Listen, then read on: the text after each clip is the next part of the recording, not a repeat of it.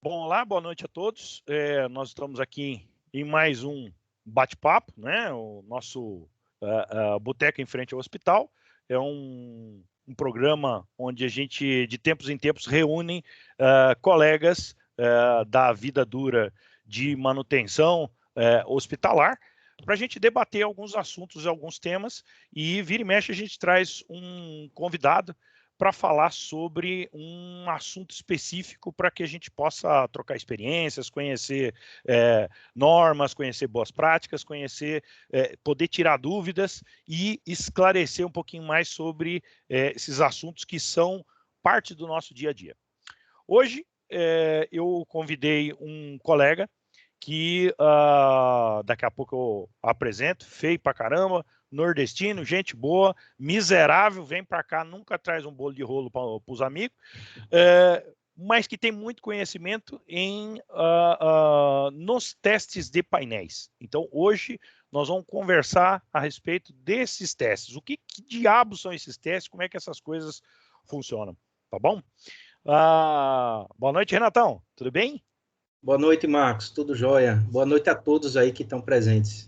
Renatão, essa turminha aqui é uma turminha que o pessoal que está aqui presente vai fazer algumas perguntas para você, mas o adequado é que a gente deixa isso reservado, gravado, para a posteridade. Então, às vezes, a gente tem alguns colegas que não conseguem participar no mesmo horário, mas como esses temas são sempre recorrentes, eu queria que você hoje nos falasse um pouquinho mais sobre essa questão dos painéis. Por que é que tem que ser testado?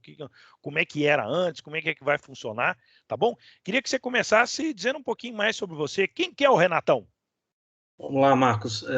Eu sou de Recife, né? O sotaque não deixa enganar ninguém, né? Ninguém percebeu? Isso, mas na verdade eu nasci no Rio, né? No Rio Grande do Norte, né? Eu Opa! sou de Natal.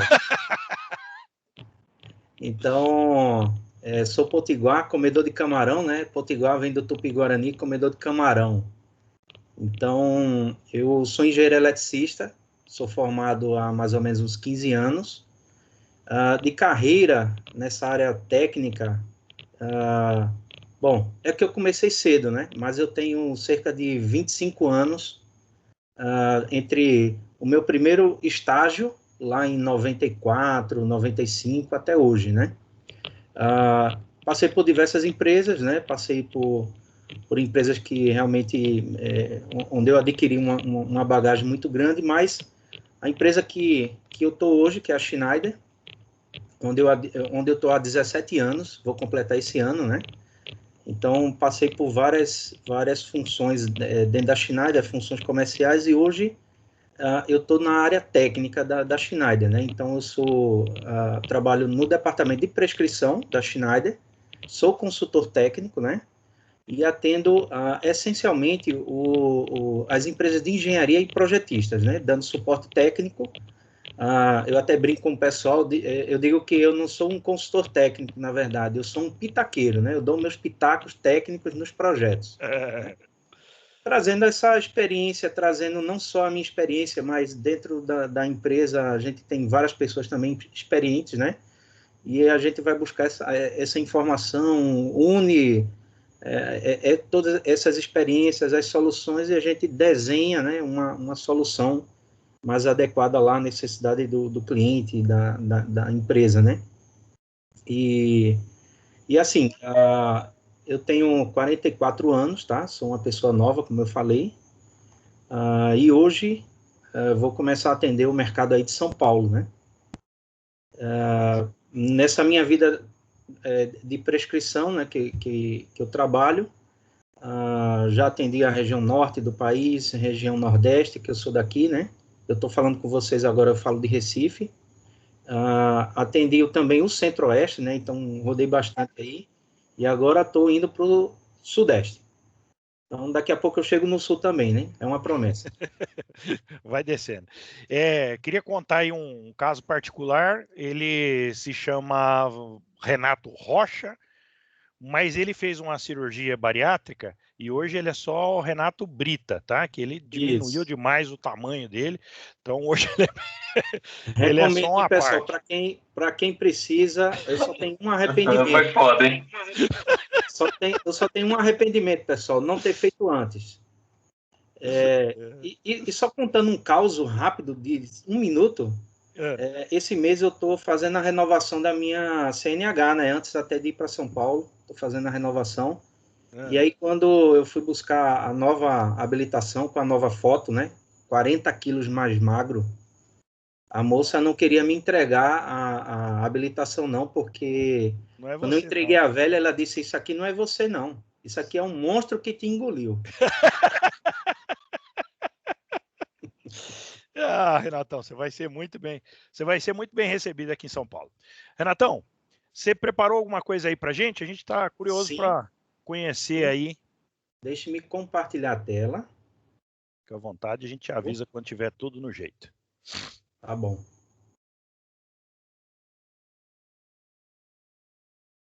Deixe-me só compartilhar aqui.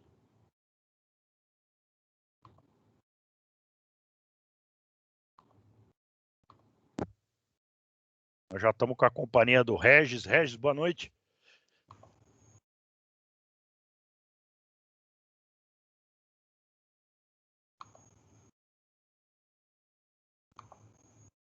Conseguem ver minha tela? Sim. Ou como dizem em espanhol, minha pantana, né? Agora eu estou aprendendo espanhol, tá, pessoal? Virei um cara internacional. Que beleza. Bom, falando um pouquinho de painéis, a primeira pergunta que você fez, Marcos, eu me fiz quando a gente começou essa conversa lá atrás, em 2006, 2007, né? E que, não sei se todas sabem, mas essa história do painel certificado, painel testado, ela é muito antiga. Ela não é de agora, tá? É porque como o assunto ele agora popularizou, todo mundo fala em painel testado, aí a gente ouve mais falar desse tema, né? Mas em 98, até um pouco antes disso aí, quando eu trabalhava inclusive numa empresa aqui de Recife, chamada Coblitz, não sei se vocês conhecem, né? Naquela época a gente já estava preparando o terreno, né, vamos dizer assim, para a Coblitz ter os seus próprios painéis ensaiados, né? Então era algo que na época era muito caro, era muito oneroso, né? Você fazer esses ensaios, só os grandes fabricantes é que tinham, né? Schneider, Siemens, ABB, na época ainda existia a Areva, né? E alguns acessantes, alguns montadores, né? Ditos fabricantes locais, né? Sonhavam com isso aí, né? Então naquela época você tinha uma fila de espera nos laboratórios de ensaio, né? De 6 meses, quer dizer, você preparava todo o painel. Se ele não passasse naquele teste, você só conseguiria repetir o teste daqui a 6 meses, né? Então, você tinha uma grande mobilização de recursos materiais, recursos pessoais, né? Porque você tinha projetistas, montadores trabalhando naquilo ali, né? Então, realmente, naquela época, lá no início, a coisa era meio que proibitivo, né? Para você ter como é que eu posso dizer, bem estratificado essa questão do painel ensaiado, né? E você tinha já consolidada a tecnologia dos painéis, que não tinham ensaio nenhum, eram bons painéis, né? Bem construídos, né? Mas você não tinha nenhum tipo de ensaios, né? Nenhum tipo de certificação. Com o advento da norma, da 60439, a antiga norma, que ela vai findar esse ano, tá? Isso mudou o jogo, né? Só estou pontuando para vocês a história, mais ou menos como é que é, né? Isso mudou o jogo. Por quê? Renato, deixa eu te interromper um pouco. Essa história começou um pouco antes da norma, né? Essa história do painel testado, ela nasceu pela necessidade dos painéis à prova de arco interno, né? Isso. E eles iniciaram toda essa história mais ou menos em 96, 97, e que a Siemens foi uma das precursoras disso quando ela lançou o 8BK20, que foi uma evolução em painéis de média tensão a nível de América Latina, principalmente, porque foi o primeiro painel totalmente à prova de arco interno, e ele meio que forçou a criação da 60439, né? Que daí ela trouxe os ensaios e trouxe a conceito, possibilidade, né, do arco interno, a prova de arco interno para os painéis de baixa tensão e para o uso total, né? Desculpe me interromper, tá? O Regis e Renato, isso me interessou. Uma dúvida que eu tenho, quem souber me ajuda a responder. Mas isso começou com os painéis de média, né? Correto. Isso não começou primeiro lá na transmissão, no coisa, e depois veio para cá. Ele já começou na média. Correto. O que Regis comentou aí, Marcão, tá correto, né? É porque, na verdade, eu estou contando a história da baixa tensão, né? Uhum. Mas isso, na verdade, começou na média tensão. Então, entendi. As normas são totalmente distintas, né? E até as classificações também são diferentes. Porém, o conceito de você ter um painel testado, certificado, isso nasceu na média tensão. Porque os valores envolvidos em painéis de média, em projetos de painéis de média tensão, eles, na época lá, eles justificavam isso, né? É a questão Nós de estamos falando de que década? Que década 90, que começou 95, o de média? O de média. Não, o de média 95 e 96, ô Márcio. Isso. Entendi. Isso. Assim, ó, e uma coisa importante também que a gente não considera é que é muito mais fácil fazer um teste destrutivo num painel de média do que fazer um teste destrutivo num painel de baixa tensão. Apesar de a gente considerar que, média tensão é mais complicado, mas as correntes envolvidas no teste são muito menores. São menores, né? E os nossos limites eles estão em correntes, né? Então a gente no Brasil até mais ou menos 99, eu acho que foi em 99 ou 2000 que inaugurou os laboratórios novos do IPT, né? A gente não tinha laboratórios também com capacidade de alguns testes no Brasil. Os que tinham, na verdade, eles se extrapolavam. Antes disso, eles trabalhavam com testes de extrapolação, quer dizer, eles trabalhavam diminuindo a isolação, diminuindo as características do painel e trabalhando com vamos dizer assim, um conceito reduzido para que aquilo fosse aplicado num conceito maior na fabricação. E isso meio que invalidava os testes e trazia muita dúvida, né? Trazia muita discussão. Eu me lembro que foi minha época de faculdade, então, assim, tinha muita discussão sobre aquilo, sobre tu testar um protótipo menor, com características diferentes e trabalhar com extrapolação para garantir que aquilo seria realmente um teste válido. Né? Excelente. Eu só estou preocupado da gente. Tá chegando o Wagner aqui. Eu só estou preocupado de ter parte da nossa audiência, eles não são de elétrica, né? Tem muita gente que é de BMS e às vezes não está nem acompanhando muito. Deixa eu fazer um resumo rapidinho do que nós estamos falando. Oi? Marcos. Oi? Desculpe. Eu vou falar bem a verdade. Eu tive que aprender. Eu nasci na elétrica, vivi na elétrica, tive que aprender automação para viver. Cara, eles têm que perder a elétrica. Eles têm que fazer de trás para frente. Não, eu estou de acordo. Por isso que eles estão aqui. É isso aí. Mas vamos tentar facilitar. Mas você tem razão. Eles têm que se virar mesmo. Hoje não dá para separar TI de elétrica, de automação, é tudo misturado. Mas assim, para quem está meio perdido nessa história aí de painel, o que nós estamos falando, o assunto é o seguinte: quando você está colocando um painel elétrico para trabalhar com alta tensão, com média tensão ou com baixa tensão, existem normas que exigem que você faça primeiro uma verificação se esse painel aguenta o tranco.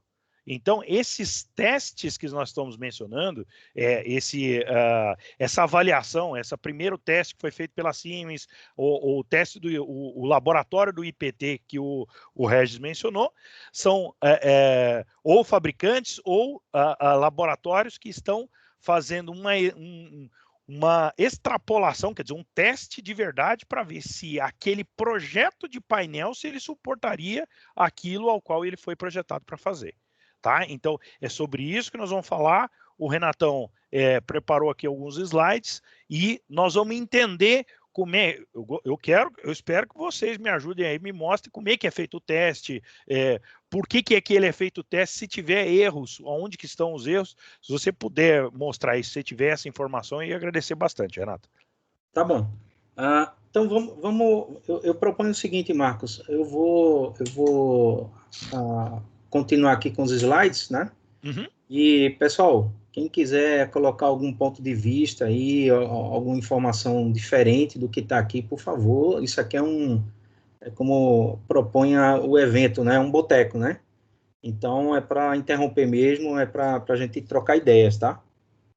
Então, passando algumas informações gerais, né? Uma pergunta que é feita muitas vezes para mim é o seguinte: eu tenho que usar um painel conforme norma, sim ou não?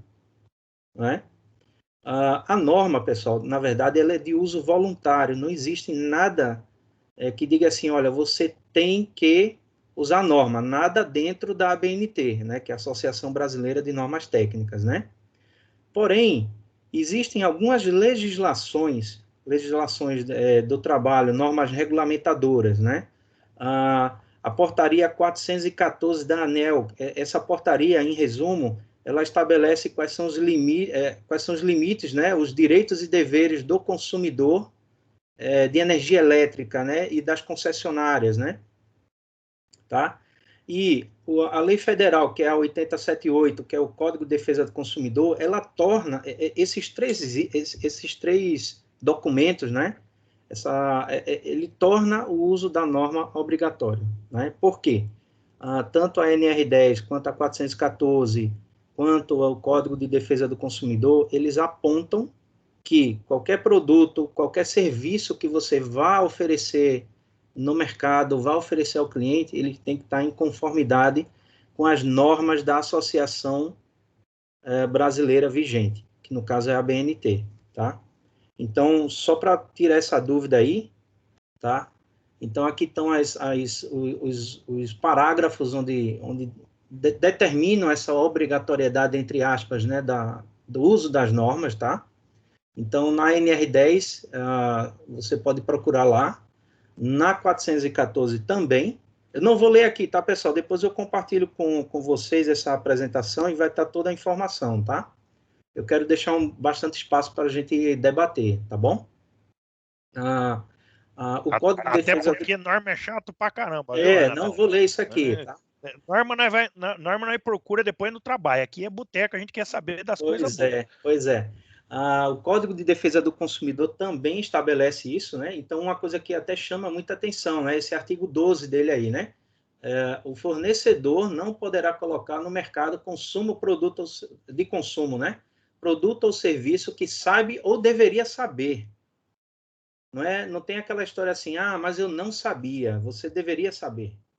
E aquele painel, ele poderia causar um dano à sua instalação, um dano às pessoas que estão operando, um dano às pessoas que estão dando manutenção, né? Ok? Ela estabelece, né? E no artigo 7º dele, parágrafo único, ele diz o seguinte, olha, todos responderão solidariamente. Então, pessoal, eu falo desde o projetista até o cara da manutenção. Então, se alguém dentro dessa cadeia que eu estou mencionando, né, não seguiu o normativo, né? Ou uma pessoa, ou mais de uma pessoa, cada um vai responder dentro da sua responsabilidade, tá? Isso aqui é o que diz o Código de Defesa do Consumidor, tá? E falando um pouquinho de normas pelo mundo, né? O que é aqui na América do Sul, predominantemente, é a IEC. Então, a nossa Associação Brasileira de Normas Técnicas, né, a ABNT, eu até brinco, né? É a Associação Brasileira de Normas Traduzidas, né? Porque o que ela pega? Ela pega a IEC, que está lá na Europa, dá uma tropicalizada e aplica aqui para o Brasil. Então, quando a gente fala da... Eu costumo dizer, ela pega a IEC, estraga ela e lança no Brasil, né? Porque normalmente eles tiram os pontos importantes para facilitar para o pessoal fazer aqui no Brasil e acaba estragando a norma, né? As tomadas aí para mostrar, né? Regis, você tocou num ponto, cara, sensacional. Por quê? Tem um item da norma, falando um pouquinho disso que você comentou, né? Tem um item da norma para dimensionamento de circuitos de cabos, que quando você olha para a norma IEC lá de fora, ele estabelece um certo limite, né? Isso. Quando você vem Eu ia falar exatamente desse ponto, Renato. Como? Eu ia falar exatamente desse ponto. Continua aí, que isso é interessante. Pois é. Quando eu venho para a norma brasileira, pode tudo, meu amigo. É a Marginal Tietê aí aberta, sem trânsito, sem nenhum semáforo, sem nenhum farol vermelho. Então, por exemplo, lá eu só consigo fazer um certo nível de agrupamentos de circuitos e cabos.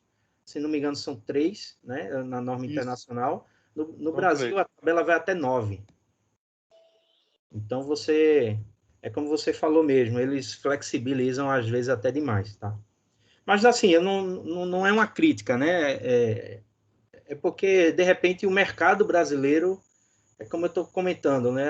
Essa tropicalização é mercado, muitas vezes, né? Renato, eu fiz parte durante um tempo de algumas comissões de normas ABNT, tá? O grande problema do Brasil, eu vou te dizer que não é nem mercado. O grande problema do Brasil é que toda a normatização no Brasil, tu participa das comissões lá e tu vê assim que a maior parte das pessoas que estão na comissão não são funcionários dos grandes fabricantes, mas são ligados de alguma forma aos grandes fabricantes. Correto. Então assim, as normas brasileiras, infelizmente, elas traduzem algum interesse comercial, você fala, né? Os interesses comerciais dos grandes fabricantes. E te digo assim, não porque a gente está num fórum Schneider, tá? Mas eu acho que ainda, não sei hoje, que já faz um tempo que eu estou afastado disso, mas até 10 anos atrás, eu acho que a empresa que tinha, das grandes empresas, a empresa que tinha menos influência nessas normas era a Schneider. As outras empresas, elas tinham um grande interesse em ajustar essas normas aos produtos que elas já tinham desenvolvido em algum lugar e assim, Entendo. Elas tinham um grande interesse em trazer linhas de fabricação descontinuadas da Europa para cá e elas manipulavam as normas para que eles conseguissem lançar produtos descontinuados fora do país como produtos novos aqui no país, tá? Então eu até me afastei disso por uma certa indignação, porque era triste de ver o que acontecia, tá? Entendo, Regis. E até assim, por que eu mostro esse slide aqui para vocês, né? É que, assim, a regra normativa é a seguinte: se eu venho aplicar para o Brasil, eu tenho que observar a norma brasileira. Então, mesmo que eu traga algum equipamento dos Estados Unidos que não é IEC, é o L ou ANSI, eu tenho que tropicalizar para isso aí. Então, essa é a orientação da ABNT, né? Até agora, né? Tá? Mas, Renato, a gente teve muito problema no passado com, com as normas NEMA americanas, né? Sim. Com o padrão NEMA, né? E, inclusive, existiam fabricantes no Brasil que fabricavam, eram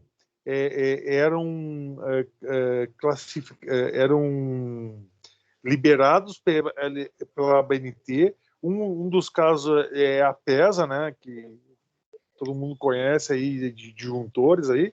Uhum. E o que acontecia? Ela fabricava disjuntores NEMA e vendia como IEC.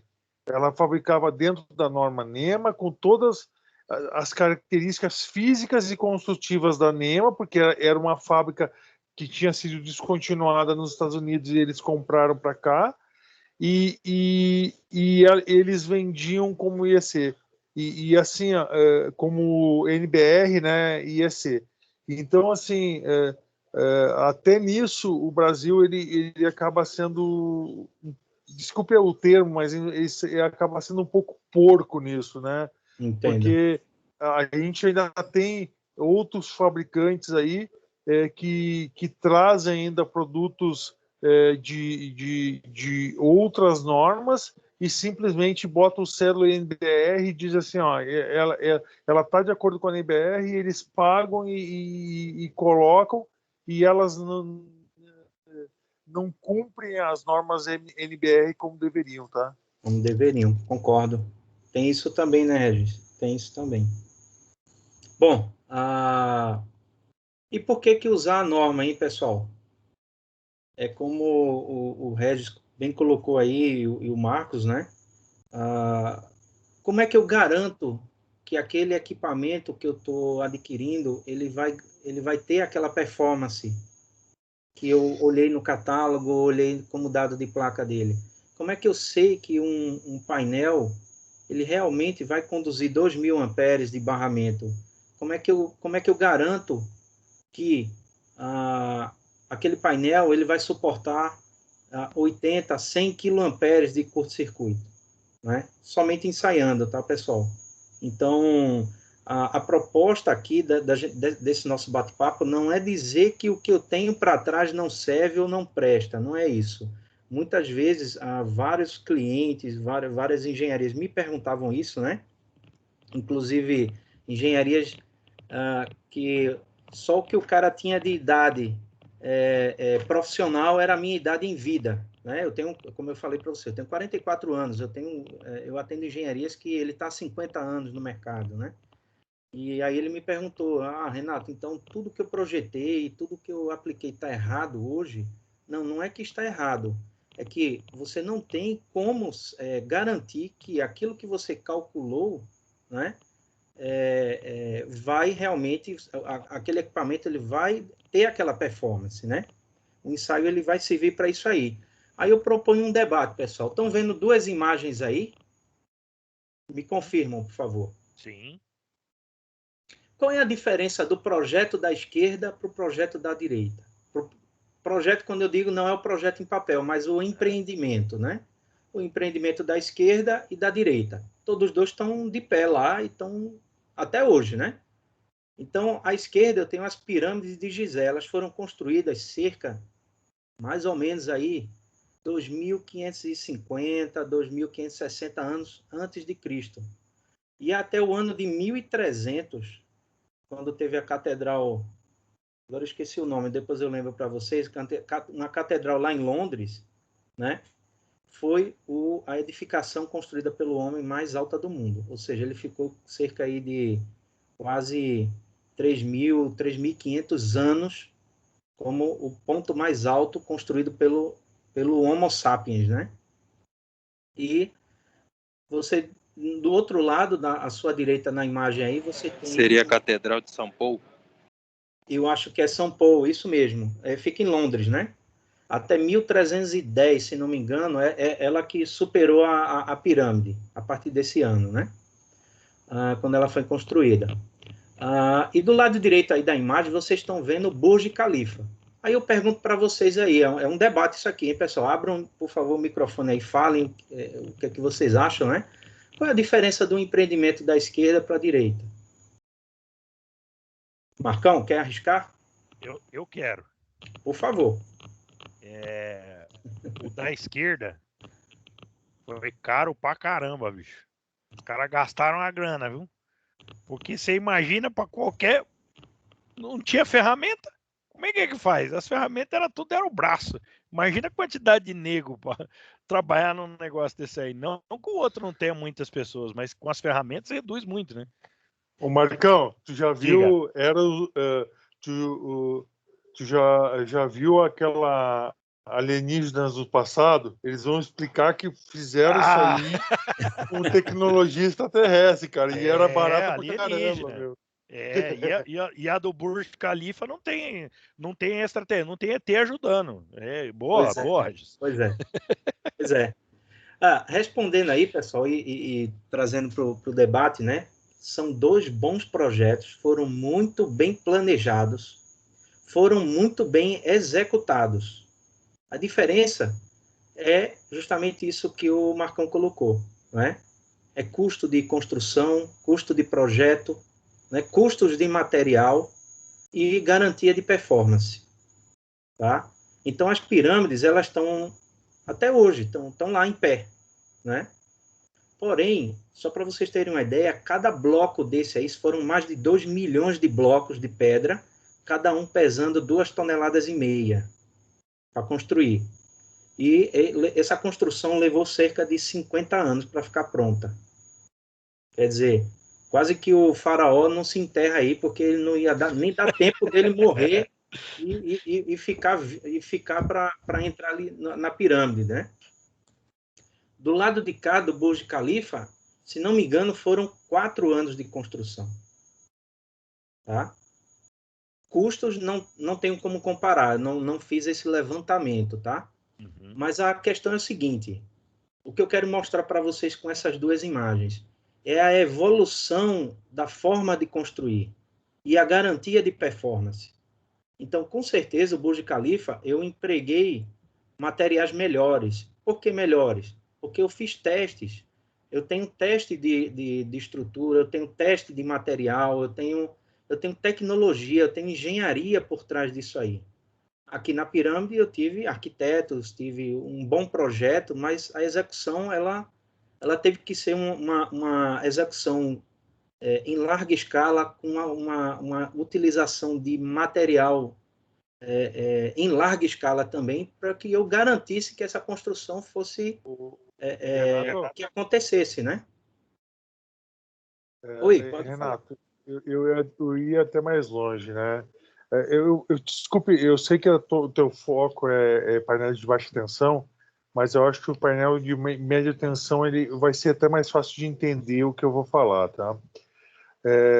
Se a gente, tem um pessoal mais velho aí no grupo, tem um pessoal mais novo, mas assim, eu acho que todos tiveram a oportunidade de em algum momento ver um painel de entrada de energia construído há 20, 30 anos atrás e ter um contato com um painel novo, né? O que acontece? Um painel construído há 20, 30 anos atrás, por a gente não ter normas, não ter ensaios, não ter a capacidade a possibilidade até de destruir um painel num ensaio para ver o que ele aguentava, a gente como ele se comporta, né? A gente se superdimensionava o painel para ter certeza que ele iria suportar. Então, tu pega um painel de média tensão de 30 anos, as barras elas estão distantes uma da outra, considerando a isolação do ar, que é mais ou menos, a gente usa 1 kV por centímetro, né? a barra era dimensionada pensando na corrente de curto-circuito. Então, a barra era enorme para a corrente real do painel. Ela era muito grande. O próprio disjuntor, o afastamento durante a abertura, ele tinha que ser maior, porque a condição de vácuo ou de gás dentro da ampola, ela nem sempre era garantida. No momento que a gente passou a ter normas, a ter ensaios, a poder comparar com alguma coisa, a gente conseguiu ir diminuindo isso. Então, um painel, usando um exemplo, usando um painel da Siemens de novo, que é onde eu conheço os mais antigos, tá? Tu pega um 9BD, que é um painel que a gente considera pré-normas, né? Pré-normas de pré-normatização, tá? O 9BD era um painel que ele tinha 1,40 m de largura por 2,30 m de profundidade e 2,10 m de altura. O painel que substituiu ele, que é o 8BK20, ele já tinha 1,20 m de largura por 1,80 m de profundidade e 1,80 m de altura. Reduziu bastante, só após os testes, né? Exatamente. E o atual, que não teve evolução praticamente na tecnologia de materiais nesses painéis, o atual da Siemens, ele tem 80 centímetros de largura por 1,20 m de profundidade por 1,60 m de altura. Quer dizer, cara, diminuiu, assim, eu estou falando uma coisa que é fácil de mensurar, né? O painel diminuiu para menos da metade do que ele era, e isso possibilitou que a gente fizesse subestações menores, otimizasse espaços de prédios, otimizasse espaços nos nossos hospitais. E hoje eu tenho, por exemplo, um painel da Schneider, né, que é um painel relativamente novo, que ele tem 60 centímetros de largura, que eu consigo montar, eu tenho montado lá 3 entradas e 4 saídas, tá?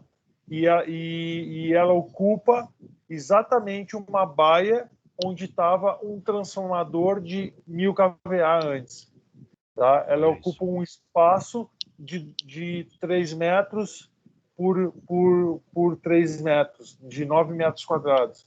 Então, assim, a normatização, eu só estou usando um dos exemplos, tá? Mas ela nos possibilitou otimizar, diminuir, e isso representou também que uma redução de quase 80% no custo, que um painel de média tensão custava muito. E no baixa tensão talvez a proporção seja um pouco menor, mas ainda houve redução muito grande, tá? Pessoal, eu vou deixar o Renato agora falar, porque eu vou ter que me afastar aqui, pessoal. Não, mas tá certo, Regis. Era nesse ponto que eu pretendia chegar. É assim, por que usar a norma, pessoal? É só porque a lei me manda usar? Não. A norma, ela traz um benefício para o cliente. Ela traz segurança para o cliente, né? Não é somente a segurança física, né? Segurança de, não vou tomar choque, ou não é isso só que ele traz, né? Ele traz essa segurança na aplicação, em você ter um projeto mais eficiente, um projeto que você vai conseguir assegurar aquela performance lá, né? Então, muito do que o Regis comentou é também essas duas fotos que eu proponho também um outro debate, né? Então, a foto da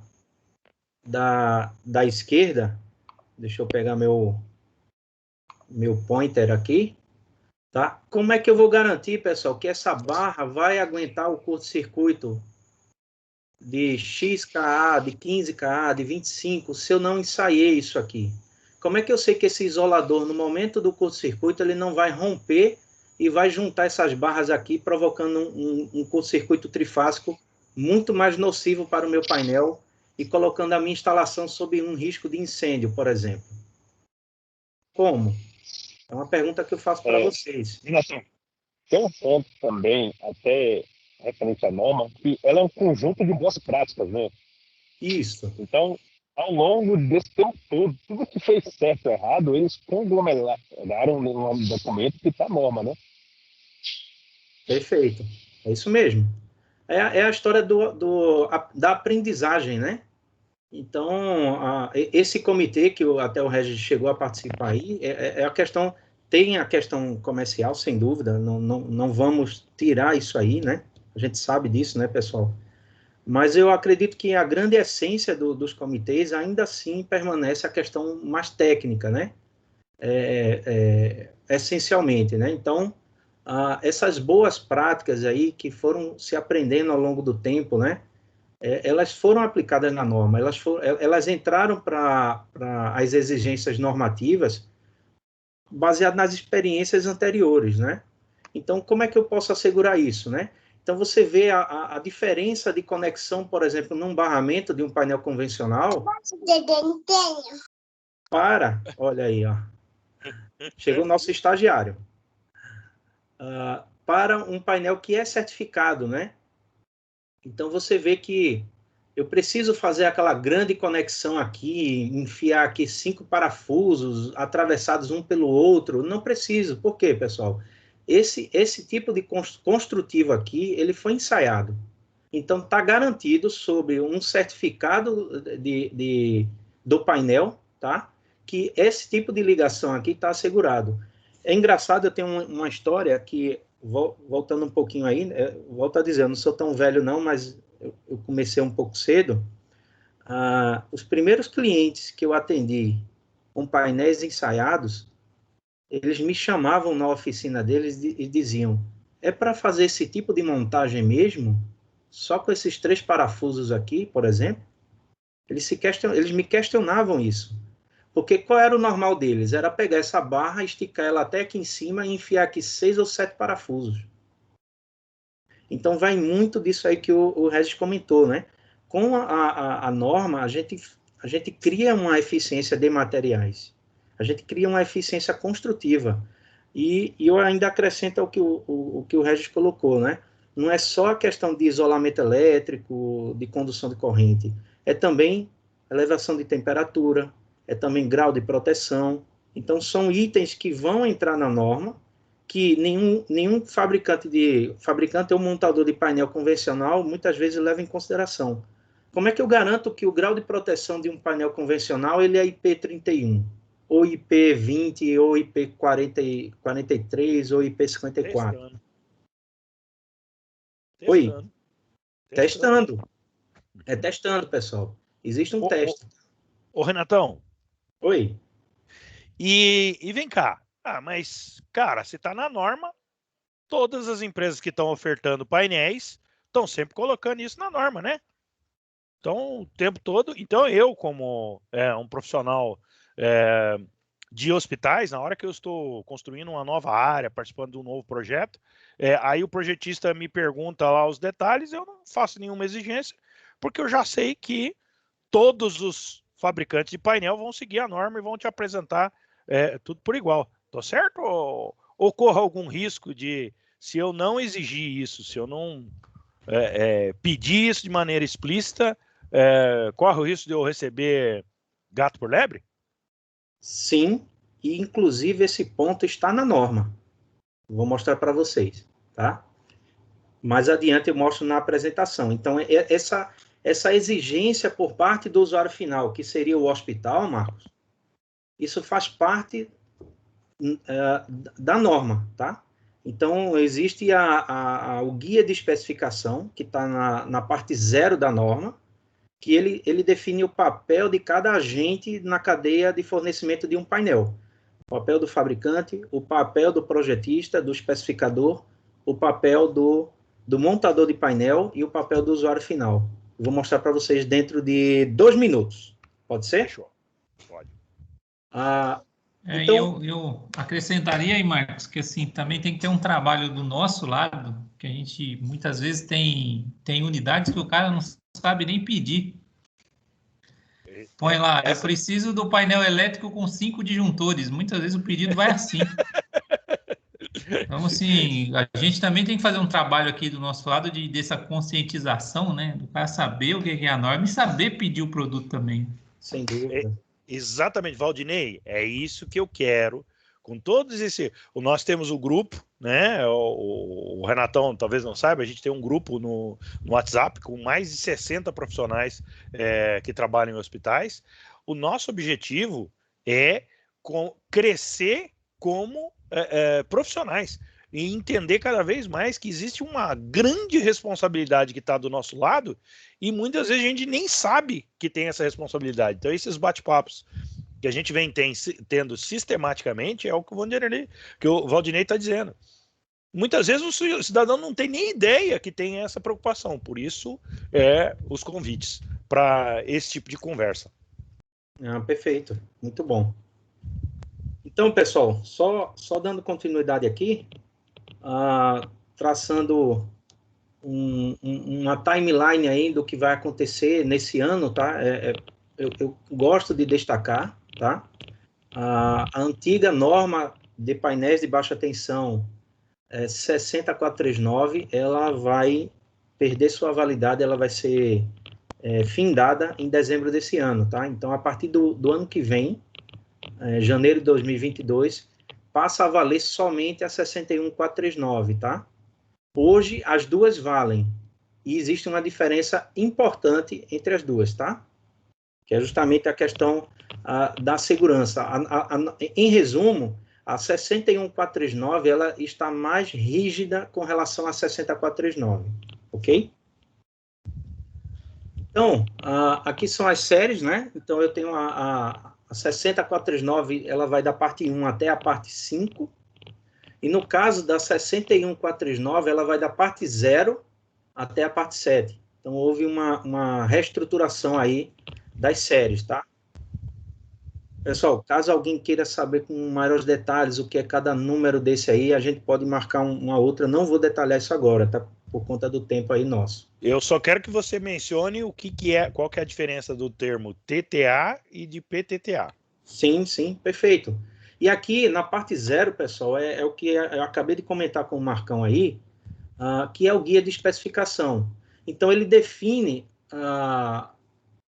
o que é que o usuário deve informar, deve fornecer, que são as informações mais relevantes, né, para o projetista, para garantir que ele elabore, por exemplo, um projeto conforme de forma coerente e conforme a necessidade, tá? Então, são esses... dou alguns exemplos de informação, né? Mas o mais importante é com relação à descrição das funções e responsabilidade de cada agente dessa cadeia fornecedora de painéis, tá? Então, tá aqui, ó. Vou até botar meu laser aqui, tá? Então, eu tenho um fabricante original, e aí, voltando um pouquinho no que eu estava falando antes, né? Com o lançamento da norma anterior, que é a 60439, esse jogo mudou um pouco, por quê? Como o Regis até colocou, né? Existia uma dificuldade de laboratórios no Brasil, a coisa era bem cara, né? E quando a 60439 ela surgiu, ela abriu um espaço que era o seguinte: os grandes fabricantes que tinham capacidade de realizar os ensaios de destruição, né? Que tinham lastro, né, Marcão? Posso dizer dessa forma, para aguentar uma coisa dessa, né? Porque você vê, né? A variação de configurações que eu tenho num painel de baixa tensão. Eu tenho um painel de 15 amperes, de 20 amperes, de 25, de 32, de 40, de 50, e vai até 6.300 amperes. A gente tem painéis aí até 7.000 amperes de barramento, pessoal. Então, imagina eu ter que ensaiar cada configuração dessa. É caríssimo, né? Então, só os grandes fabricantes que detinham essa capacidade, né? Fora que para você testar isso, você tem que ter alguém gabaritado, capacitado, com todas as Sim. certificações adequadas, para que esse cara possa atestar, ó, esse quadro, esse painel aguenta aquilo que está sendo projetado. Exato, exatamente. Então, assim, com o advento da 60439, o que aconteceu? A norma abriu uma possibilidade de transferência de tecnologia. Eu era um grande fabricante, eu chamava um parceiro local, treinava ele, capacitava esse parceiro, homologava ele, né? Eu fazia esse trabalho de homologação, isso está em norma, tá, pessoal? E eu conseguiria fazer transferência de tecnologia, desde que aquele parceiro, aquela empresa, ela seguisse estritamente as minhas regras de montagem. Então, eu passava para ele um caderno, um guia de montagem.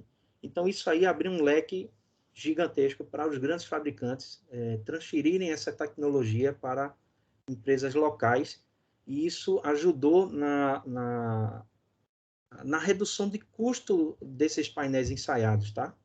Então, é essa a história, tá?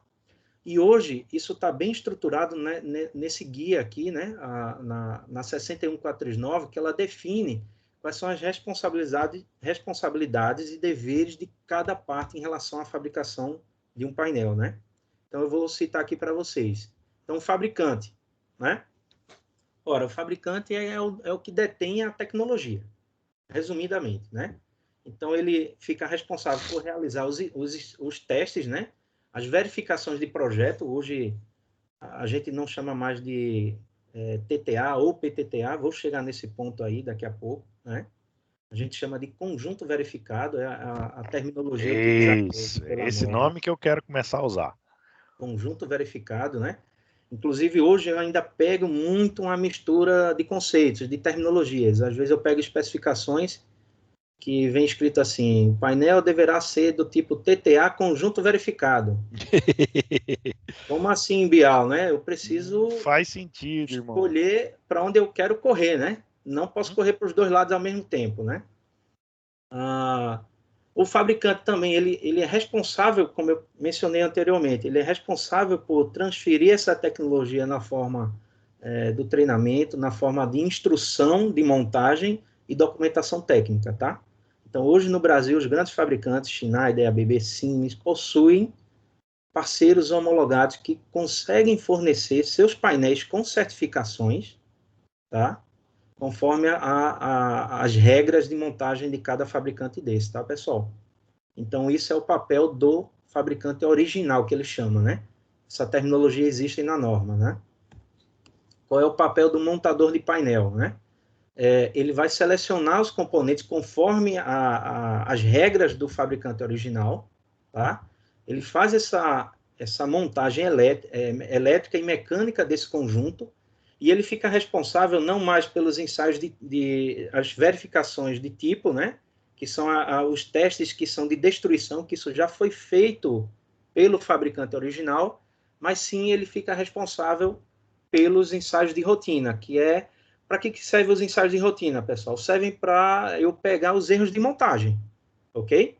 Os ensaios de tipo, né, comumente conhecidos, que são as verificações de tipo, eles servem para eu pegar erros de projeto. Então, se eu fiz uma conta errada no barramento e ele não aguenta um certo nível de curto-circuito, quando ele for lá para o teste de destruição de curto-circuito, o barramento ele vai evaporar. Então, é um erro de projeto. Eu calculei mal, eu errei nas contas lá, né? Os ensaios de rotina realizados pelo montador do conjunto, eles servem para detectar erros de montagem. Ou seja, se ele foi lá e montou errado, por exemplo, ele fez um comando errado, no ensaio de rotina, isso vai ser detectado, tá? E a montagem desse conjunto é responsabilidade de quem? É do montador ou do fabricante, pessoal? O que é que vocês acham? Quem certifica? Quem dá a certificação para o usuário final? É o montador do conjunto ou o fabricante original? Querem chutar, Marcão? Para mim, tem que ser o fabricante. Na verdade, o responsável pelo conjunto fica sendo o montador do conjunto. Quem monta é que é assume o filho, né? O filho é dele. O conjunto verificado. Lembrem-se, pessoal, a norma prevê transferência de tecnologia. Não é transferência de responsabilidade, né? Entendi, faz sentido. Tá? Então, o fabricante, a Schneider, transferiu a tecnologia para um determinado montador, e aquele montador ele passa a oferecer no mercado um painel com a marca dele, o logotipo dele, vai lá na cara do painel, com a tecnologia da Schneider, por exemplo, ou tecnologia da ABB, ou tecnologia da Siemens. Mas a responsabilidade do conjunto, da montagem, do ensaio e da certificação, fica sendo do montador do conjunto, tá? Isso está lá na 61439, tá? Falando um pouquinho aqui do especificador, o projetista, né? Ele fica responsável por especificar necessidades, limites do projeto, a instalação, como vai operar, a modernização, e ele verifica se essas especificações elas estão aderentes no montador do conjunto, né? Então, por exemplo, eu sou um montador, montei um conjunto e vou lá certificar, esse cara ele fica responsável, né? Podendo ser uma engenharia contratada do usuário final ou a própria engenharia do usuário final, tá? Poder ter esse duplo papel aí, tá? Ele fica responsável por fazer essa verificação, tá? Ok? E, por fim, o usuário final ele tem que fornecer os parâmetros elétricos, os dados necessários para que o montador possa fazer a realização do projeto. Então, não sei se está respondido, Marcão, aí a tua pergunta. Tá respondido, mas aí é agora que eu queria usar aquele gancho do Valdinei para a gente fazer uma brincadeira mais prática, tá? Vamos imaginar uma coisa que nunca acontece nos hospitais, tá? Isso é muito raro, nenhum hospital acontece, que de repente nós temos uma área nova inteira para ser construída, né? Okay. Então, nós vamos colocar fornecer mais ar-condicionado, mais energia elétrica, mais isso, mais aquilo. Tem todo um processo sendo construído numa área. Um dos itens que tem que ser é aumentar a distribuição elétrica, então nós vamos ter mais painéis elétricos dentro dessa área. O que eu tenho, como cara da engenharia e da manutenção de um hospital, que tipo de dados eu tenho que passar e tenho que garantir que eu vou passar para o projetista e ter certeza de que eu estou fazendo bem a minha parte? Olha, bom, são os dados principais, né? Nível de tensão, se é uma instalação existente, é uma ampliação, no caso aí que você mencionou, os níveis de curto-circuito, né? Dessa instalação, corrente nominal, a necessidade de operação, isso é uma coisa muito importante, pessoal. Eu recebo muito diagrama unifilar, eu tenho lá 2 transformadores em paralelo, o cara joga na barra. E aí eu pergunto, pessoal, isso aqui está em paralelo, não está? Então, é a questão de operação, os modos operantes, isso é importante também, tá? Passar, para que, com essas informações, o projetista ele consiga traduzir isso na forma de um diagrama unifilar completo, com estudos, né, de curto-circuito, com dados do nível de curto, e estudos de seletividade, isso é importante também, tá? E consiga também trazer uma especificação técnica baseada nessa necessidade de projeto, ok? Então, essas são as informações principais, né? A lista de carga, como cada carga opera, a criticidade dessa carga, é uma carga que ela aceita a interrupção breve, não aceita nenhum tipo de interrupção, porque isso vai nortear que tipo de contingência, que tipo de arquitetura de rede o projetista ele tem que seguir, né? Então, e quando a gente fala de hospital, a gente tem tudo isso misturado, né, pessoal? A gente tem área do hospital que não pode parar de jeito nenhum, mas também devem ter circuitos no hospital que podem parar, né? E devem ter circuitos que também aceitam alguma breve interrupção. Então, Renatão, e de novo, você pode mencionar que na norma está dizendo que existe responsabilidade, certo? Existe responsabilidade. Existe a responsabilidade do usuário final. E aí é aquela história que eu estou convidando todo mundo para que a gente tenha conhecimento da nossa instalação elétrica. A gente precisa conhecer onde é que nós estamos, o que é que nós estamos fazendo. A gente não pode só ficar no correr atrás de fazer manutenção e tal, e não ter um planejamento da nossa distribuição, entender melhor como é que funciona, porque numa área nova que vai chegar, você vai ter que ter todos esses dados que o Renatão mencionou. E aí, se você não sabe, você vai fazer que nem o Valdinei estava mencionando? Eu preciso de um disjuntor de tantos amperes, um quadro com disjuntor de tantos amperes. Está fora de cogitação. Nós somos bons profissionais, a gente só responder isso. Perfeito. Oi, desculpa aqui, que eu vi que mais cedo. Tipo assim, a questão de adequação da norma, isso não cai como um requisito não funcional. Por exemplo, assim, eu desenvolvo software, mas para todo meu cliente, no automático, eu já vou dar um software com proteção, com defesa, com hierarquia de dados, já com proteção contra injeção de SQL, uma série de coisas. Nesse caso, já não deveria ser um requisito funcional. Tipo assim, eu quero um quadro. Automaticamente, eu acho que todos que fornecem já deveriam entrar aí nisso como um requisito não funcional. O que vocês acham? Na verdade, tu tá correto, tá? E os fabricantes sérios, eles levam isso em consideração. Então, se tu chegar para um fabricante sério, e eu falo fabricante sério, tá? Eu não tô falando em grandes fabricantes ou fabricantes de equipamento, mas as empresas montadoras de painel, as chamadas montadoras de painel, que hoje, com a nova norma, elas meio que deixam de ter esse nome, né? Elas passam a também ser chamadas de fabricantes. Mas, assim, as empresas que montam painel, elas compartilham a responsabilidade, portanto, elas não podem te fornecer um painel simplesmente assim, eu quero um painel para 300 amperes. Ela vai te fornecer um painel e mesmo que teu pedido ele não seja completo, ela vai te fornecer o que tu pediu, mas no desenho funcional daquele painel, ela vai te dar as características que o painel atende. Quer dizer, ela vai te dar o nível de curto-circuito, ela vai te dar as características, os níveis de surto de tensão, ela vai te dar todas as características funcionais de acordo com a norma, né? Mas ela parte de uma base, né? Isso. Aquilo que você vai, aquele painel ao qual você está pedindo, a base, ok, é isso que o Felipe está falando. Eu vou colocar as proteções básicas, se fosse fazendo o paralelo dele com o software.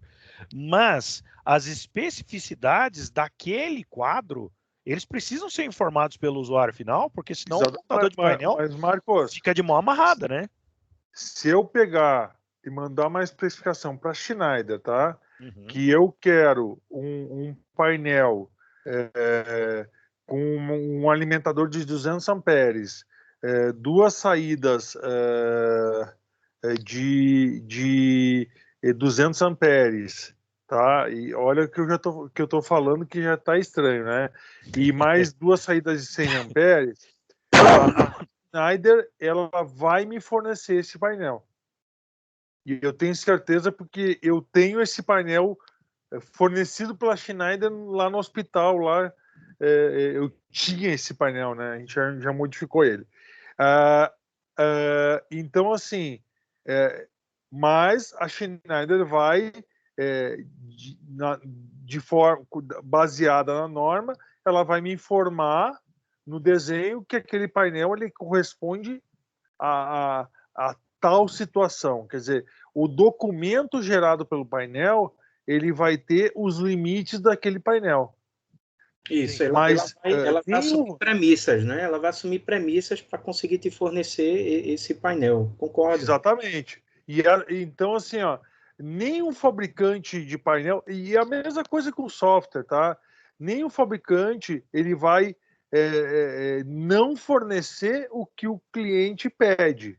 O que a norma preconiza não é que tu não vá fornecer, É que tu vai informar as características do que tu está fornecendo. Quer dizer, levando isso para software, se tu pediu um software com alguma coisa que seja meia descabida, a empresa até pode te fornecer isso, mas ela vai te informar que aquilo, ela deve te informar que aquilo oferece risco em tais situações. Perfeito, A mesma perfeito. coisa, o desenho, o esquemático do painel, ele vai te informar que o painel tem uma entrada de 200 amperes e, portanto, ele vai desarmar com 200 amperes.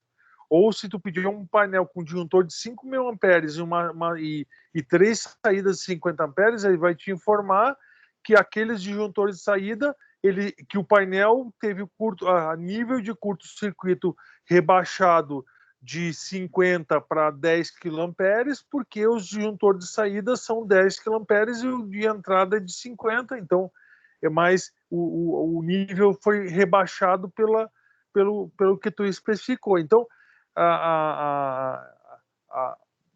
na fabricação de painel, não tem como a gente exigir que o fabricante não faça. Ele só vai te informar os limites do que ele está fazendo.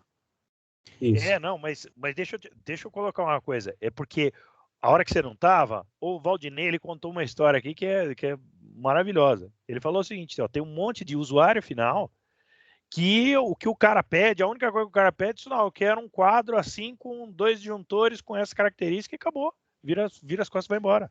O que a gente estava mencionando é a dificuldade que existe, né? Na norma está dizendo, cada um tem a sua parcela de responsabilidade. O que nós estávamos chamando a atenção da turma para, olha, a gente precisa evoluir mais, a gente precisa construir melhores solicitações com mais conhecimento. Não é todo mundo que sabe fazer um pedido que nem você está fazendo aí, você já está dizendo, praticamente o cara do outro lado é um tirador de pedidos só, ele não tem que fazer nenhuma preocupação. Não, agora, mas quando a gente não Marcos, sabe... é pior que isso, mas o que eu estou explicando assim, é que muita gente, ele pede eu quero um painel com 2 disjuntores de 100 amperes, beleza, tá? Aí o vendedor pergunta assim, poxa, quantos quilamperes tu quer? Qual é o mais barato? É o que mais acontece, cara. Qual é o mais barato? É nesse nível, né, Valdinei? Assim, a Redditor compra muito hospital e hospitais que estavam muitos falindo, né? Então, a gente chega lá e vai conversar sobre o processo. Você chega no gestor de manutenção, fez uma reforma, fala, como é que você definiu essas coisas aqui? Não, eu tenho um empreiteiro ali, o cara é muito gente boa. Eu falo quantos quartos ele quer, ele monta. E aí você vai descobrir, é o eletricista do cara que montou o painel. Então, é o nível que a gente encontra por aí. Mas, Valdinei, isso é a realidade do Brasil, cara. Isso, é isso aí. Assim, ó, quando eu vim para o Einstein, tá?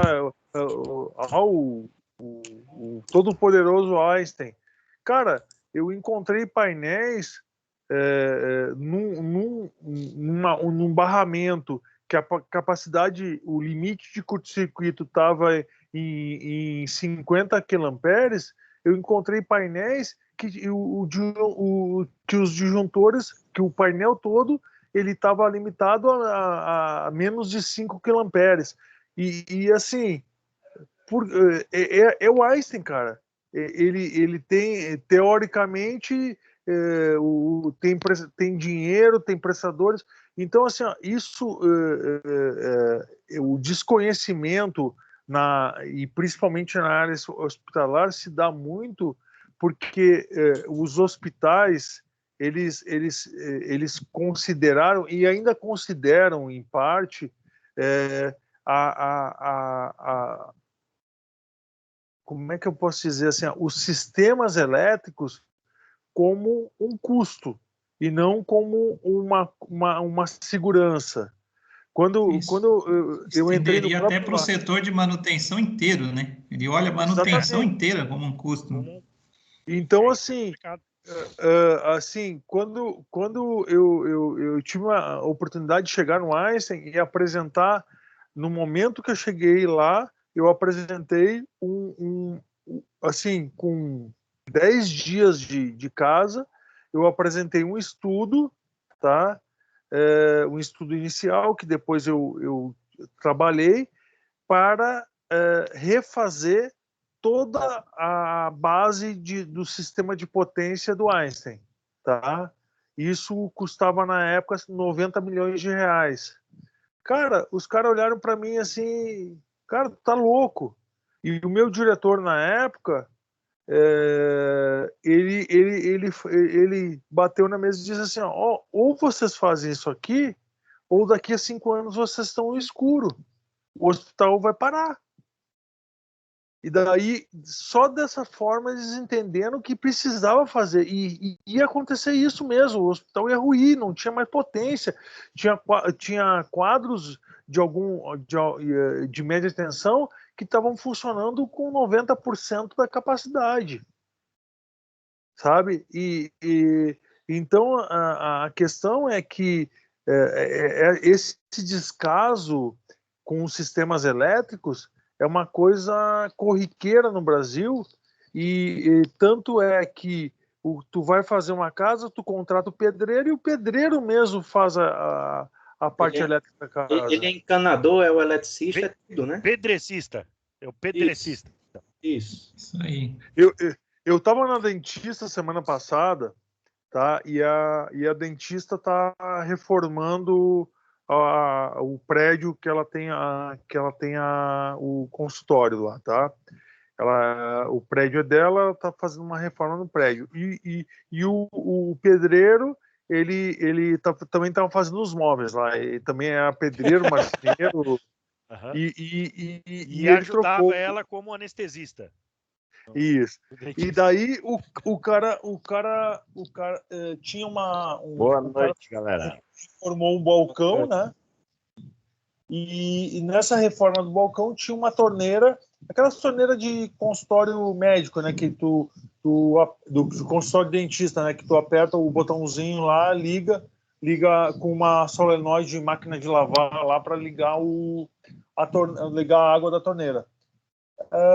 Aí ele estava lá mexendo e fazendo funcionar a torneira. E eu estava na cadeira do dentista. Daqui a pouco ela diz assim, poxa, parou de funcionar todas as tomadas desse lado do consultório. Eu disse assim, como eu tô assim, com ela trabalhando na minha boca, desde que não desliga a luz, tá bom, né? Aí beleza, ela foi e tal, terminou o meu. Daí eu peguei o detetor de tensão, que tá sempre no meu bolso, né? Tirei o detetor de tensão do bolso, fui lá, testei a tomada, não tinha tensão.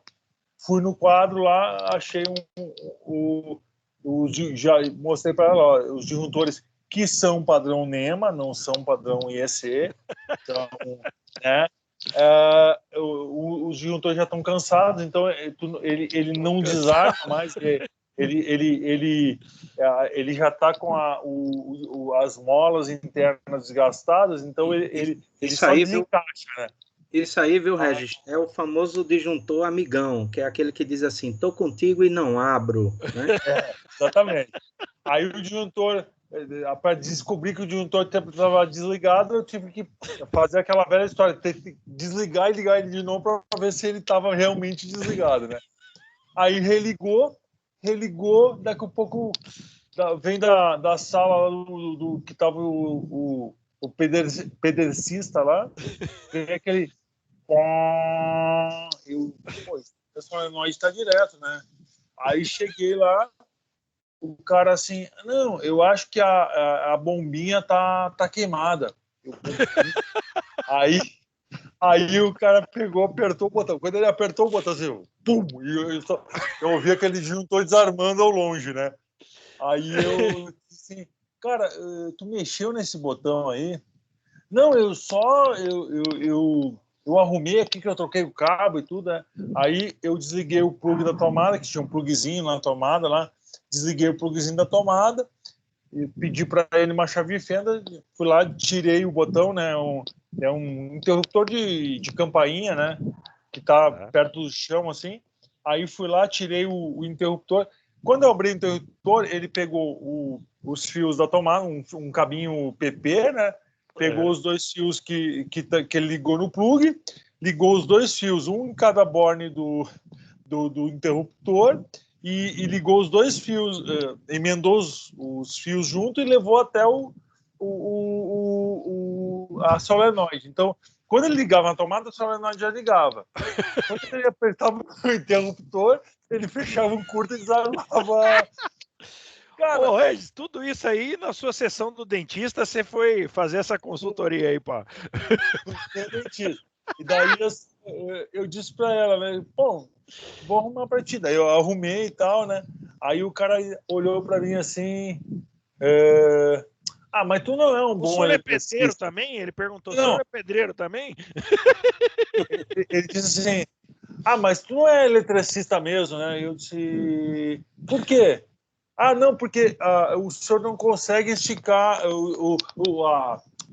que eu isolei a emenda que eu tive que fazer, né,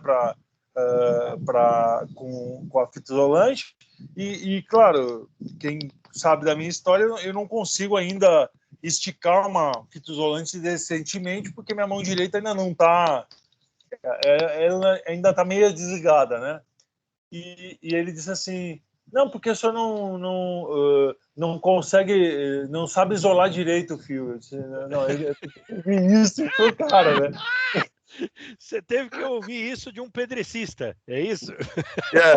Aí ele perguntou o que o senhor faz lá na sua empresa mesmo. Ele disse assim, não, eu ajudo o pessoal lá a organizar as coisas da obra lá. Eu fiquei com vergonha de dizer para ele o que eu fazia, porque fica chato, né? Ô, Renatão, vamos encaminhando Regis, só um minutinho, final. um segundinho aqui. É porque, assim, uma coisa que é importante, que o Regis falou, é que, assim, nós como engenheiros temos que achar meios de convencer os gestores do grau de importância dessas instalações.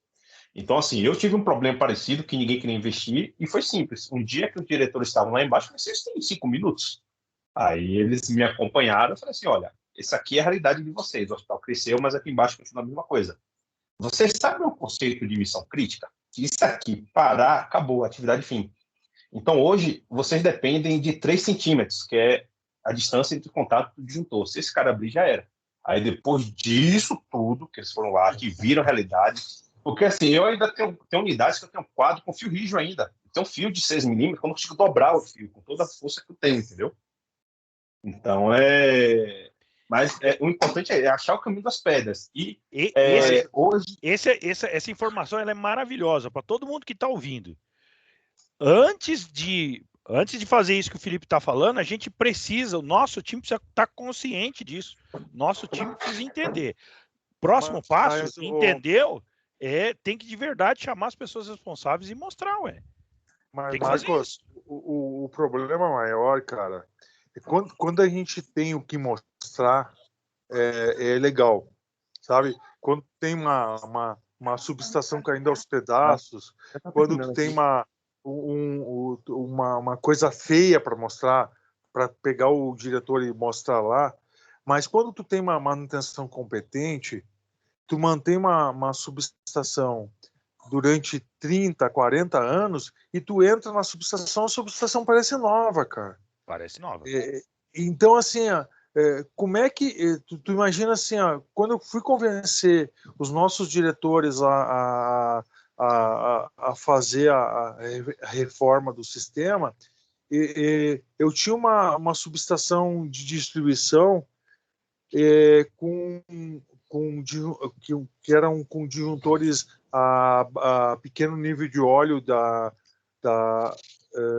e assim os PVO, que são os disjuntores assim já que todo mundo está abandonando porque eles vazam óleo e explodem sozinhos, né? Inclusive na minha cara, né? Me atirou 15 metros para longe. Eu chegava lá, mas os disjuntores tinham cara de novo, cara. Os relés de proteção tinham cara de novo. Então, assim, ó, eu tive que fazer um convencimento sem usar uma foto, porque se eu mostrasse uma foto da subestação, o cara dizia assim, tu vai trocar, isso tá novo? Então, Mas a não é a maior realidade de todos os dificuldade... locais, viu? Não é a realidade Não, de mas todos os locais. Tem locais que é Não. facilmente. Se qualquer pessoa que. Pode ser um pedrecista. Pode ser um pedrecista. Se você pegar e mostrar, tem muitos quadros aí em muitos hospitais que é fácil de convencer. O problema é que o doutor nunca vai lá. Isso E que tem uma o, coisa mas também que o assim, no meu Felipe caso, fez eu foi peguei um legado. maravilhoso. Quando eu cheguei, já tava aquele negócio lá, aquela trapizonga. Então, assim, eu acredito que muitos aqui, às vezes, quando eles entram em um hospital, eles vão pegar um legado que muitas vezes não vai achar novo, vai achar um negócio assim, um negócio de um estado de conservação extremamente deplorável, entendeu? Mas é como eu disse, Felipe, aí ainda é mais fácil.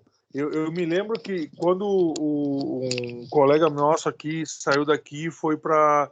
Eu não sei se tem alguém da Beneficência aí, mas ele foi para Hoje não tem. Ele foi para a Beneficência Portuguesa. Cara, ele fez um relatório, né? E ele me mandou o relatório com as fotos, cara.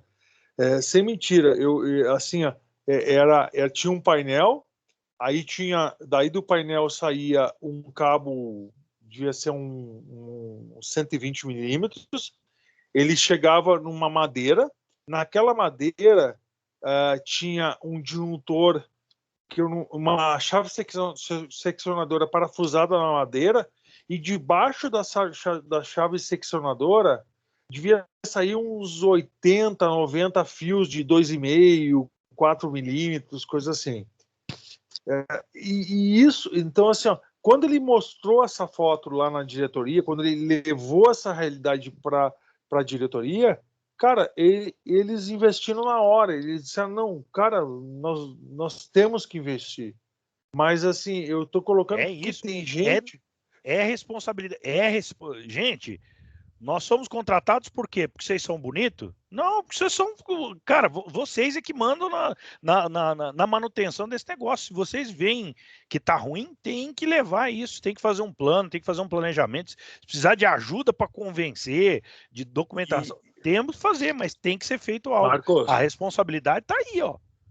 A minha experiência diz o seguinte, cara. Uma coisa que é muito legal de fazer não é tu chegar lá e pedir, eu quero reformar tudo. É chegar lá e mostrar um plano em 5 anos, um plano, sabe? Fazer um plano, ele tem um nome bonito, né? Um plano diretor de adequação do sistema de potência, tá? Porque quando tu chega com esses nomes, com essa organização para a diretoria, eles entendem o que é um plano diretor. Eles entendem... Você chega com o problema e com a solução junto, né, Regis? É isso que você está falando. E assim, ó, com a solução botada num prazo execuível, porque também tu tentar... Nós de hospital, como é que tu reforma uma subestação, tu consegue desligar ela, esvaziar o hospital e ligar ela de novo? Tu tem que sem planejamento, reformar a turbina com um avião voando, cara. Então, quando tu coloca isso numa linha de tempo e quando tu consegue fazer o desembolso ser equivalente à possibilidade da tua instituição, tu consegue viabilizar isso. E essa experiência eu comecei na indústria, eu comecei a aprender na indústria, apliquei na indústria durante quase minha vida toda. Para quem não sabe, eu sou novo em hospitais também, eu tenho 6 anos de hospitais, antes disso eu era de indústria, né? E assim, eu consegui viabilizar desde indústrias que estavam acostumadas a investir até indústrias como as lá do Maranhão, lá que eu trabalhei por último, que elas tinham uma cultura de não investir. Mas quando elas viram um plano organizado, com uma linha de tempo e com um desembolso gradual, elas passaram a investir. Ou se não, Regis, ou se não, o que nós somos? Nós somos um bando de pedrecista. A gente tá rindo aqui da história do rapazinho que faz tudo, fica correndo a coisa, faz de qualquer jeito. Se a gente continuar agindo dessa maneira, sem conhecer os problemas, sem conhecer das normas, sem identificar, sem assumir que nós temos essa responsabilidade e sem essa inteligência de fazer, que nem o Regis está falando, que nem o Felipe mencionou, chamar as pessoas adequadas e mostrar, ó, temos um problema, temos aqui algumas possibilidades de solução ao longo desses anos ou desse processo. Se a gente não fizer isso, nós não podemos rir do pedrecista.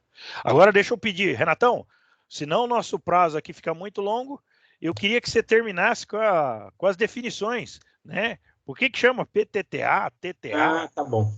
E só acrescentando tudo isso que vocês comentaram aí, Marcão, passado essa fase de convencimento, um ponto que o usuário final pode, uma forma que o usuário final pode utilizar para se proteger dos maus fabricantes, né, que o Regis comentou, tem muita gente séria no mercado, sim, Schneider, Siemens, ABB, muita gente séria, não só de fabricantes, mas de montadores de painéis, né, de montadores do conjunto, tem muita gente séria, tá?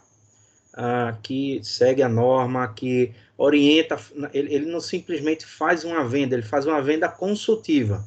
Muitas vezes chega uma solicitação para mim e eu digo, poxa, mas por que ele está pedindo tudo isso? Ou muitas vezes é o contrário. Por que ele está pedindo só isso? Eu desconfio logo, eu vou lá e falo com o usuário e digo, olha, por que você está pedindo? Deixa eu entender, e faz a venda consultiva, né? Mas a gente encontra no Brasil, a maioria dos brasileiros, né, pessoal, tem uma filosofia que é o seguinte, como é, Marcão, que a gente falou, né? Em terra de saci, uma calça jeans dá para dois, dá para né? dois. Dá para dois. E a gente tem que sair um pouquinho disso, né? Então, a forma que o usuário final, vocês de hospitais, têm para se proteger desses ditos montadores, né, é solicitar os certificados do painel. Então, o montador do conjunto, que ele é certificado, que ele é homologado pelo fabricante original, ele tem a capacidade, isso inclusive é contratual, tá, pessoal? A norma prevê isso, ele pode emitir um certificado, que é um documento que certifica que aquele painel está em conformidade com as normas vigentes da BNT, tá? Então, porque, Renato, de uma certa forma, a norma agora, ela deu uma abertura que a norma anterior não tinha, que o montador de painel passou a ser, como eu disse antes, ele passou a ser um fabricante de painel. E ele passou a poder herdar também alguns testes do que o real fabricante executa, né? Isso. Mas ele passou a ter o status, porque a norma antiga, ela mais ou menos assim, ela fechava o status de fabricante no fabricante do equipamento, quer dizer, só podia ser um fabricante de painel, ela não era assim exatamente isso, mas ela fechava de forma que fazia que isso acontecesse. Só podia ser um fabricante de painel, só podia fabricar um painel PTTA ou TTA quem fabricasse também o equipamento. Quer dizer, se eu fabricava o disjuntor, eu conseguia fazer uma homologação do painel, principalmente quando a gente fala do TTA, né? Mas quando eu não era fabricante do disjuntor, eu não conseguia, eu não conseguia apresentar todos os documentos necessários para homologar um painel TTA, né? Então a norma agora ela me possibilita isso e inclusive eu não estudei a norma a fundo, mas pelo que entendi, ela abriu uma brecha, inclusive para homologar um painel TTA com que seria o TTA, que agora mudou um pouco, né? Mas com a utilização de vários elementos de vários fabricantes, né? Que também era uma coisa que era, talvez, assim, não era claro na norma anterior e todo mundo se amarrou que não, isso não podia acontecer, né? Na verdade, assim, Regis, a norma nova, ela abre essa possibilidade, sim, mas, assim, o que é que eu tenho que fazer? Da mesma forma que um fabricante original, digamos o seguinte, que eu, Renato Rocha, monto uma empresa, Renato Rocha Montagens, né? Painéis, etc. E eu seria um montador de conjunto, tá? Homologado ou não, eu seria um montador. Então, no momento que eu faço o meu projeto, conforme um fabricante original faria, levo isso para um laboratório e faço o teste, a nova norma, ela possibilita que esse cara, ele mude a sua função. Ele não é mais um montador de conjunto, ele passa a ser um fabricante original. É isso que você tá mencionando agora, né? Mas porque a norma antes, Renato, diferencia isso. não, mas é que antes não tinha essa possibilidade. Antes, um montador, ele sempre seria um montador. Ele não seria um fabricante, porque ele não é detentor da patente dos elementos de manobra do painel. Né? Entendi. Não, perfeito. Na verdade, é uma evolução, né? Porque, assim, lá atrás, no início, é como eu falei, só os grandes fabricantes que detinham essa capacidade, né? E agora, com essa difusão maior da tecnologia, a antiga norma permitindo essa transferência de tecnologia, o que aconteceu, pessoal, no mercado desses montadores de conjunto? Ora, eu agora sei montar um painel testado. Por que eu não testo o meu próprio painel? Então, vocês vão encontrar no mercado brasileiro aí várias empresas que têm o seu próprio painel testado. Ele não detém a tecnologia de nenhum fabricante, tá? E vocês vão encontrar a dupla função, inclusive, no mesmo montador. Você vai encontrar empresas que têm o seu próprio painel, porque ele tem uma limitação de configurações ensaiadas, né? Mas ele também tem uma homologação de um fabricante em conjunto. Então, o que é que ele faz? É um complemento de oferta. Vou dar um exemplo. Eu poderia ser um montador de conjunto, que eu tenho o meu próprio painel ensaiado até 50 kA, por exemplo, e a partir dos 50, se alguém me pedir, o que é que eu faço? Eu me associei e me homologuei com a Schneider e forneço os painéis homologados da Schneider. O Renato, até também. tem aqui em São Paulo existe alguns parceiros Schneider que a Schneider já permitiu, então que eles têm, tu consegue comprar um conjunto homologado Schneider deles, quer dizer, tu compra um painel dito Schneider, né, que ele vem com a chaparia Schneider, vem com o original Schneider, né? É original Schneider, né? Ou tu consegue comprar um projeto próprio deles, TTA também, né? Ou PTTA. Assim, eles te dão uma opção. Senão não dá mais tempo. Eu lamento interromper, o papo tá bom, mas senão o vídeo fica grande demais. Essa lei de fechar às 10 horas os não, fica acabar, aqui, viu? Não, e o Dória já tá aqui na porta, ó. Veio tomar uma também. Vamos seguir, Marcão. Então fica o meu compromisso aí com todos, para a gente marcar uma segunda sessão, né? E a gente vai debater mais isso a fundo, tá? Só vou concluir aqui a apresentação para liberar todos aí, tá, pessoal? Eu quero que você termine dizendo o que é o PTTA e o que é o TTA, o que significa e como é que a gente deve começar a chamar a partir de agora. Então vamos lá, pessoal. Tá aqui, ó. O que é a norma anterior tinha como terminologia e o que a norma nova traz, tá? A norma anterior, ela definia a terminologia chamada TTA, que é Type Tested Assembly, né? Conjunto testado certificado, né? Traduzindo. E o PTTA, esse P é de parcial. Só que isso aí, pessoal, gerou uma dubialidade de interpretações. A norma anterior, ela exigia, para que um conjunto fosse considerado TTA, 7 ensaios de tipo, que eram os ensaios de destruição do conjunto, né? E 3 ensaios de rotina. E aí, o que é que aconteceu? O brasileiro realmente tem que ser estudado pela NASA, né, Marcão? O cara não tinha todos os ensaios, começou a ter essa questão da transferência de tecnologia, e aí surgiram os maus montadores, os maus fabricantes, que utilizavam essa terminologia de parcialmente testado para dizer o seguinte, pessoal, ele chegava numa concorrência e dizia, ó, meu painel não tem 7 ensaios de tipo, mas ele tem 4. Então ele é parcialmente testado. Vocês concordam com isso? Olha a malandragem aí! Em priori, para quem não conhece, sim, eu concordaria plenamente. Olha, se ele não é totalmente, não tem todos os ensaios e tem metade dos ensaios, então ele é parcial. Só que não é isso que a norma falava, pessoal.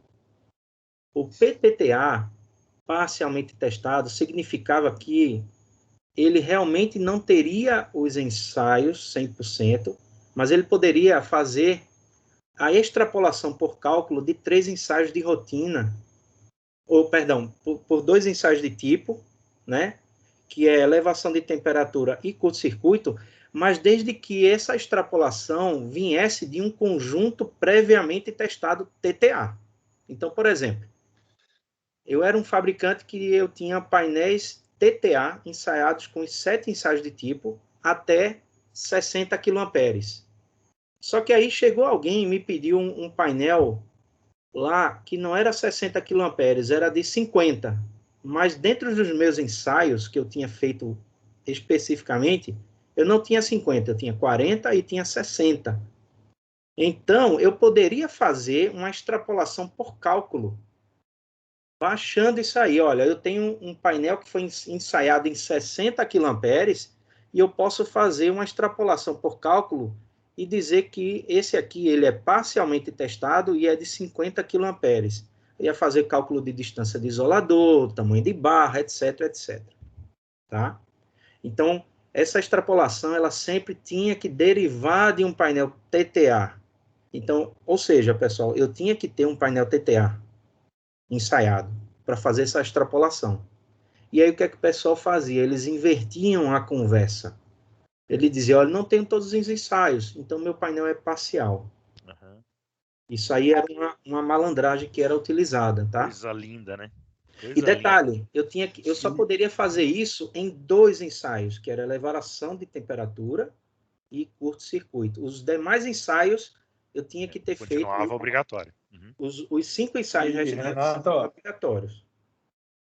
E, Renato, muito fabricante, assim, que se diziam fabricantes, né, que eram montadores que se diziam fabricantes, eles pegavam, assim, o que também não era permitido, né, que eles pegavam, a Schneider tem os testes todos. Então, eu monto um painel com as mesmas características mecânicas que a Schneider e uso a base da Schneider deles. Exatamente. E falo que é PTTA, que é parcial, né? Que é errado. É errado, pessoal. E isso acontecia pra caramba, tá? Tinha fábricas aí no Brasil todo fazendo isso e inclusive parceiros dos grandes fabricantes fazendo isso e o que mais me assustava é que os grandes fabricantes eles não desmentiam isso, eles não declaravam que isso não era permitido, tá? E isso foi a coisa que mais me indignou nessa questão de trabalhar junto às normas, que os grandes fabricantes se omitiam para não entrar em brigas judiciais ou coisas assim que pudessem É a ser história geradas. do jeitinho em todos os níveis, né? É o jeitinho em todos os Exatamente. níveis. O cara dá um jeitinho ali, o cara da norma dá um jeitinho acolá, o fabricante também dá o seu jeitinho por ali, e a gente precisa parar com isso. Precisa precisa interromper. A gente precisa ser profissional de verdade. E também tem uma outra questão que agora surgiu com vamos dizer assim, a interseção de validade das duas normas, porque assim, pessoal, tanto a 60439 quanto a 61439 estão válidas hoje. Então, se um cara ensaiou o painel conforme, mesmo sendo TTA, ele fez os 7 ensaios de tipo, né? Ensaiou conforme a 60439, aí ele chega no mercado e diz, eu atendo também a 61, só que não, olha a diferença aqui, pessoal. Precisa ter outros testes, né? Outro processo. Precisa de uma outra certificação, porque, olha, a norma anterior, ela exigia 7 ensaios de tipo. A nova norma, a norma vigente, que passa a ficar sozinha a partir do ano que vem, que chama, não é mais TTA ou PTTA, essa terminologia morreu, hoje chama-se conjunto verificado, ela exige 12 ensaios para verificação de projeto, que é equivalente aos ensaios de tipo. E os 3 ensaios de rotina que eram exigidos anterior passam a ser 9. Tá? E ainda tem mais 2 verificações de performance. Ou seja, são 12 mais 9 mais 2. Eu tenho agora quantos ensaios? São 23 ensaios que eu preciso fazer para ter a certificação de conjunto verificado. Antes eram 10, ou seja, a nova norma está muito mais rígida. Aí você pode dizer o seguinte, quem atende a nova norma atende a anterior? Sim. Sim, porque eu estou com um painel que ele está mais exigido nessa nova norma. Agora, a recíproca não é verdadeira. Então, quando alguém for oferecer nos hospitais que vocês estão trabalhando, dizendo, olha, eu atendo a 60439, legal, ele está sob norma? Tá, mas até dezembro desse ano. A partir de janeiro, a partir daí, o seu painel ele não está mais certificado. Você vai ter um painel não certificado na sua instalação, funcionando lá. Só toma esse cuidado aí. Renato, eu vou te contar uma história, então. Mas Regis, eu preciso fechar o boteco. Você vai contar uma história. Para! O Dória não está vindo ainda, cara.